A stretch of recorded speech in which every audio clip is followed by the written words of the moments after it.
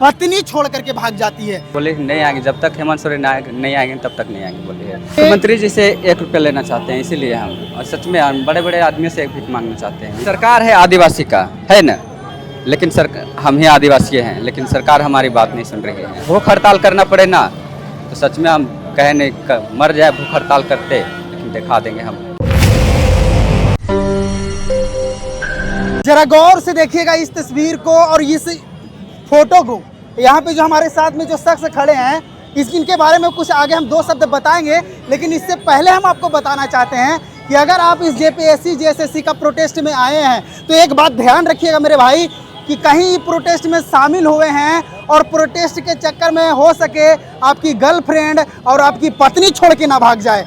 अब मैं इसलिए बोल रहा हूँ क्योंकि इसी से जूझे हुए, इसी से पीड़ित हुए हमको एक छात्र मिले हैं जो आज हमारे साथ में हैं। हम इन्हीं से जानते हैं क्या हुआ है आपके साथ में। हम रोड में उतर गए थे भीख मांगने के लिए, और सच में हम भीख मांगते हैं 1 रुपया, हकीकत में, मजाक नहीं। तो इसीलिए पत्नी बोले कि पूरा इज्जत का फलूदा कर दिया है, मेरा मेडिकल स्टोर है, तेरा का औकात है, सबका उसी के नाम पे है। सच में मेडिकल स्टोर है मेरा, और मेरा घर हुआ लातेहार, ग्राम सिकनी पड़ता है, आप लोग जाके पूछ सकते हैं। और सब कुछ मैडम के नाम पे है, मेरा कुछ नहीं है। वो बोलते हैं कि दुकान में इसने केवल बैठल रहता है, कुछ करेगा ना। तो तैयारी कर रहे थे, कुछ होबे नहीं कर रहा है, और बहुत साल से रात के 1 बजे पढ़ रहे थे। मार्च कब से तैयारी कर रहे हैं भैया आप? 5 साल से। 5 साल से तैयारी कर रहे हैं। हाँ। कब आपको गर्लफ्रेंड छोड़ करके भाग गई?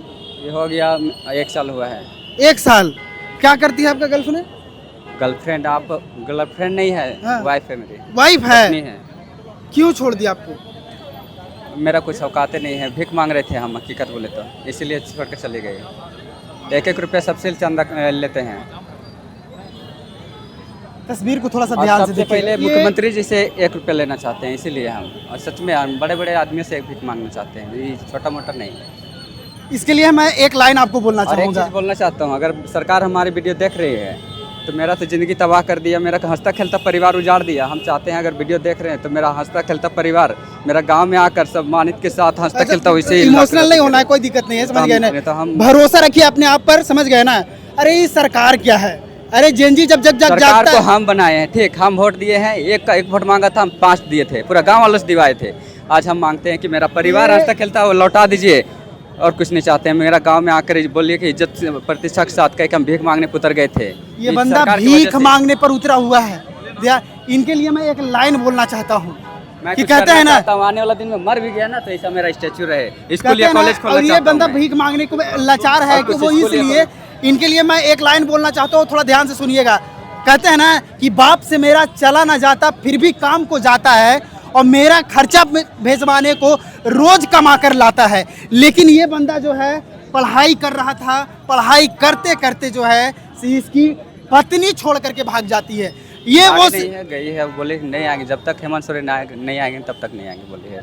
हम बोले ठीक, हम ला कर रहेंगे, उनको कहे नहीं आएंगे वो। जब तक हेमंत सोरेन जी इस्तीफा नहीं देंगे तब तक नहीं आएंगे। वो लेने जाएंगे तभी वो उन्हीं से मैटर सॉल्व होगा। कहे कि आज जो मेरा स्थिति हुआ है, घर उजड़ा है, मेरा परिवार उजड़ा है, आपको नौकरी नहीं मिला, हाँ, इसके लिए वो तो बस हम रोड में भीख मांगने के लिए उतर गए थे। हम चाहते हैं मेरा मान सम्मान इज्जत सब मेरा वहाँ करके बोले कि जो मेरा वजह से घर उजड़ा हंसता खेलता परिवार, उसको हम। ये जेनजी छात्र हैं, आने वाला दिन में ये देख रहे हैं ना ऊपर कहीं। नहीं, ऐसा गलत कदम नहीं उठाना है। ये सब गलत कदम एकदम नहीं उठाना है। सरकार आपकी बातें सुनेगी, सुनना पड़ेगा उसको, आना पड़ेगा। हम बनाए, हम हैं, हम वोट दिए, 1 वोट मांगता था 5 वोट देते थे। गलत कदम आप लोग जैसे छात्र अगर गलत कदम उठाएगा तो ये शोभनीय नहीं है। लिए है ना शर्ट, इससे भी टैक्स का पैसा जाता है, तब ऐश करता है, कुर्सी में बैठता है, इसी का हवा खाता है कहीं ना कहीं।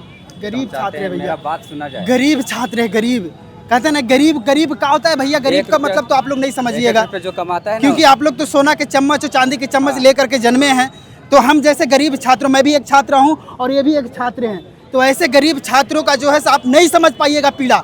आपको पीड़ा समझना होगा इनको, आपको आकर के इनकी समस्याओं को देखना होगा। जब मैं इनके बारे में जब जान रहा हूँ तब मेरा अंदर से जाग रहा है। ये बंदा आज सड़क पर उतर गया, भीख मांगने के लिए तैयार है। क्यों? इनकी बातों को सुनिए आप। बेटा को लाने के लिए हम ना कुछ भी कर देंगे, हम कुछ भी जान भी देना पड़े ना तो हम दे देंगे।